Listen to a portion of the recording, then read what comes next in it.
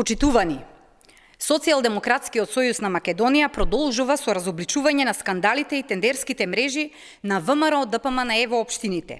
Денес откриваме нов скандал со изградбата на затворениот пазар во Неготино.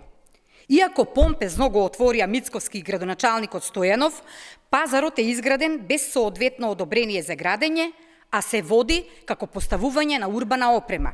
Замислете, градоначалникот Стојанов на фирмата Мастев ДООЛ и издал одобрение за поставување на урбана опрема. 17 тони железо, изградени на бетонска подлога од 420 метри квадратни, со 90 тезги внатре се третираат како урбана опрема. Зошто е избегнато издавање на соодветно одобрение за градење во соодветна постапка, особено од аспект на статиката и сигурноста на објектот? Како е можно два објекти изградени во толкав габарит кој лежи на 17 тони железо да се третира како поставување на урбана опрема? И клучното прашање, дали ваквиот објект на главите на неготинчани е безбеден? Нашата загризеност е оправдана, имајќи предвид дека несоодветно поставување на материјали беа дел од причините за трагедијата во Нови Сад. Сомнежите околу изградбата на пазарот се и од финансиски аспект.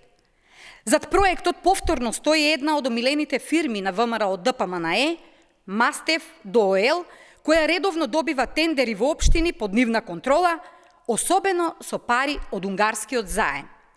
Проценетата вредност на проектот е 25 милиони 960 илјади денари, а договорот е склучен речиси на истата сума од 25 милиони 914 илјади денари, без конкуренција, без намалување на цената, без домакинско работење.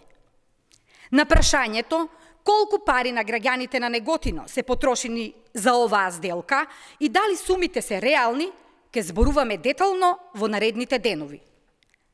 Ако ова се потврди, ќе биде уште едно кривично дело во серијата сомнителни тендери на ВМРО ДПМНЕ. Благодарам.